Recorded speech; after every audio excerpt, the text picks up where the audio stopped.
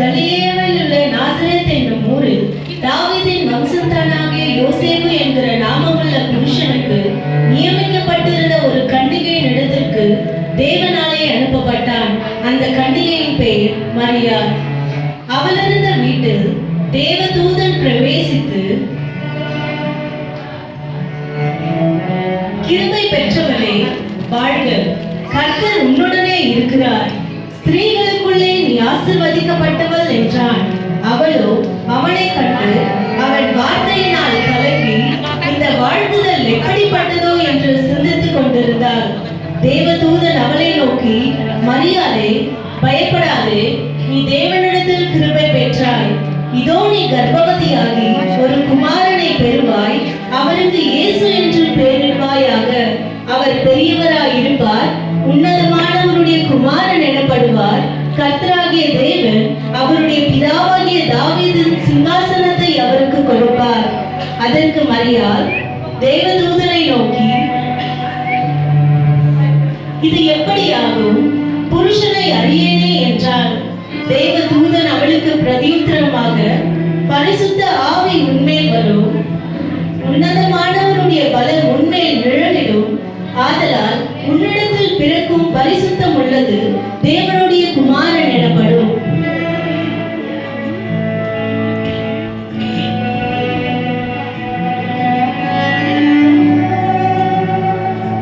அவள் புருஷனாகிய யோசேப்பு நீதிமானாய் இருந்து அவளை அவமானப்படுத்த மனதில்லாமல் ரகசியமாய் அவளை தள்ளிவிட யோசனையாய் இருந்தான். அவன் இப்படி சிந்தித்துக் கொண்டிருக்கையில் கர்த்தருடைய தூதன் சொப்பனத்தில் அவனுக்கு காணப்பட்டு, தாவீதின் குமாரனாகிய யோசேப்பே, உன் மனைவியாகிய மரியாளை சேர்த்துக் கொள்ள ஐயப்படாதே. அவளிடத்தில் உற்பத்தியாய் இருக்கிறது பரிசுத்த ஆவியினால் உண்டானது. அவள் ஒரு குமாரனை பெறுவாள். அவருக்கு இயேசு என்று பெயரிடுவாயாக. ஏனெனில் அவர் தமது ஜனங்களின் பாவங்களை நீக்கி அவர்களை ரட்சிப்பார் என்றான். தீர்க்கதரிசியின் மூலமாய் கர்த்தரால் உரைக்கப்பட்டது நிறைவேறும்படி இதெல்லாம் நடந்தது. தீர்க்கதரிசியின் மூலமாய் கர்த்தராலே உரைக்கப்பட்டது நிறைவேறும்படி இதெல்லாம் நடந்தது. அவன், இதோ ஒரு கன்னிகை கர்ப்பவதியாகி ஒரு குமாரனை பெறுவாள். அவருக்கு இம்மானுவேல் என்று பெயரிடுவார்கள் என்று சொன்னான். இம்மானுவேல் என்பதற்கு தேவன் நம்மோடு இருக்கிறார் என்று அர்த்தமாம். யோசேப்பு நித்திரை தெளிந்து எழுந்து, கர்த்தருடைய தூதன் தனக்கு கட்டளையிட்டபடியே தன் மனைவியை சேர்த்து கொண்டு, அவள் தன் முதற் பேரான குமாரனை பெருமளவும் அவளை அறியாதிருந்து அவருக்கு இயேசு என்று பெயரிட்டான்.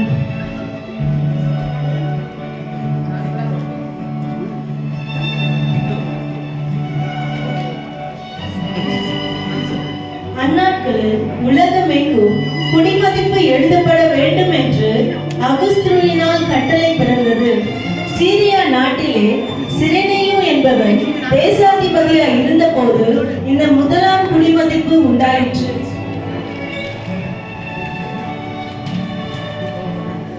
அப்பொழுது அந்த நாட்டில் மேய்ப்பர்கள்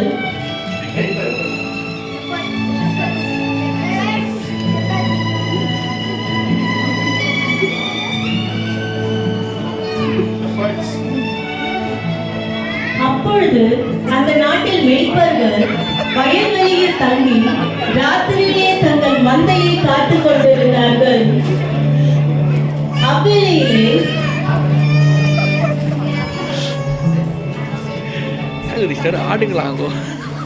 அவ்வேளையிலே கர்த்தருடைய தூதன் அவர்களிடத்திலே வந்து நின்றான். கர்த்தருடைய மகிமை அவர்களை சுற்றிலும் பிரகாசித்தது. அவர்கள் மிகவும் பயந்தார்கள். தேவதூதன் அவர்களை நோக்கி, பயப்படாதிருங்கள், இதோ எல்லா ஜனத்துக்கும் மிகுந்த சந்தோஷத்தை உண்டாக்கும் நற்செய்தியை உங்களுக்கு அறிவிக்கிறேன். இன்று கர்த்தராகிய கிறிஸ்து என்னும் இரட்சகர் உங்களுக்கு தாவீதின் ஊரிலே பிறந்திருக்கிறார். பிள்ளையை துணிகளில் சுற்றி முன்னணியில் கிடைத்திருக்க காண்பீர்கள்.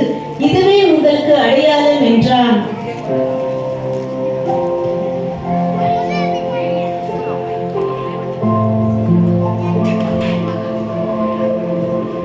அந்த கணமே பரமசேனையின் திரள்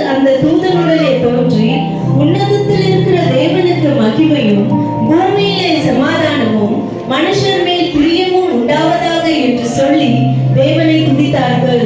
தேவ தூதர்கள் அவர்களை விட்டு பரலோகத்திற்கு போன பின்பு மேய்ப்பர்களை ஒருவரை ஒருவர் நோக்கி, நாம் பெத்லகேம் ஊருக்கு போய் நடந்ததாக கர்த்தரால் நமக்கு அறிவிக்கப்பட்ட இந்த காரியத்தை பார்ப்போம் வாருங்கள் என்று சொல்லி தீவிரமாய் வந்து மரியாளையும் யோசேவையும் முன்னணியிலே கிடத்திருக்கிற பிள்ளையையும் கண்டார்கள்.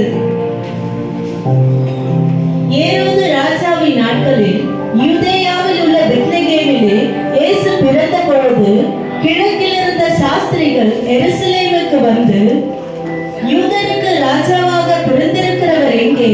கிழக்கிலே அவருடைய நட்சத்திரத்தை கண்டு அவரை பணிந்து கொள்ள வந்தோம் என்றார்கள்.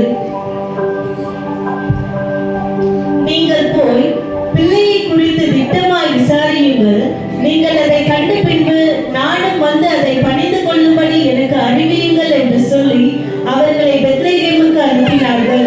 ராஜா சொன்னதை அவர்கள் கேட்டு போகையில், இதோ அவர்கள் கிழக்கிலே கண்ட நட்சத்திரம் பிள்ளை இருந்த ஸ்தலத்தின் மேல் வந்து நிற்கும் வரைக்கும் அவர்களுக்கு முன் சென்றது. அவர்கள் அந்த நட்சத்திரத்தை கண்ட பொழுது மிகுந்த ஆனந்த சந்தோஷம் அடைந்தார்கள். அவர்கள் அந்த வீட்டுக்குள் பிரவேசித்து பிள்ளையும் அதன் தாயாகிய மரியாளையும் கண்டு சாஷ்டாங்கமாய் விழுந்து அதை பணிந்து கொண்டு தங்கள் பொக்கிஷங்களை திறந்து பொன்னையும் தூப வர்க்கத்தையும் வெள்ளை போலத்தையும் அதற்கு காணிக்கையாக வைத்தார்கள்.